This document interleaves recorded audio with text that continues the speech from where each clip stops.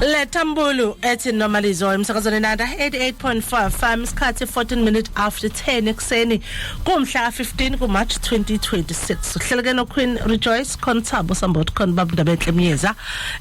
on our show discussion esanamhlanje ke sithi healing collective trauma in the black community into esengizwile engathi nje ngingacosha ileyo ukuthi amabandla emabandleni baphathi bamabandla siyacela ukuthi nani ningasondela nibona ukuthi how izinto esithize singazilungisa kanjani kuyavela ukuthi uma ngabe nje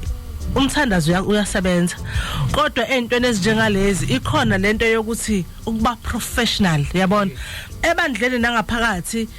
angaba khona social worker ingaba khona umuntu oyikhansela ebandleni angaba khona umuntu oprofessional kulomsebenzi ake kusetshenziswe yena noma usengasuggest ukuthi kule department ukhona mhlawumbe colleague wami engimaziyo uma ngabe ngekhoye ngaphansi ebandleni bakhona abantu abavulelekile ama social worker akhona wamahala sake ngana kona awubuka ibandla elikhulu njengelama Nazareth lisekune office nakho lapha eParliament yes into central ama Nazareth nje mayinalezi izinkinga kuyahamba kunayo office le psychologist yes ezokwazi ukuthi idile nalezi so akhona amabana amaChrist angahlangana ekwazi ukuthi nayi psychologist nangu umiyazi sisebenzisa yena kodwa nje ugovernment wenza kube lula ngoba kufanele ngempela sisebenzise amasonto ngiblame abefundisi ama social worker emabandleni ave maningi but they are the most underutilized people in the church I don't know ilento yokusaba engalento esikhuluma ngayo into yami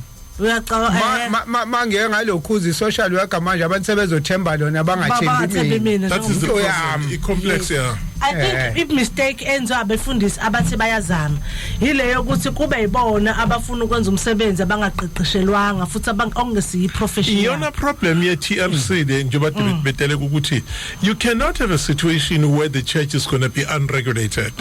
la umuntu ezobana vulile ukuza aqamba abantu amaqambela abantu amanga actually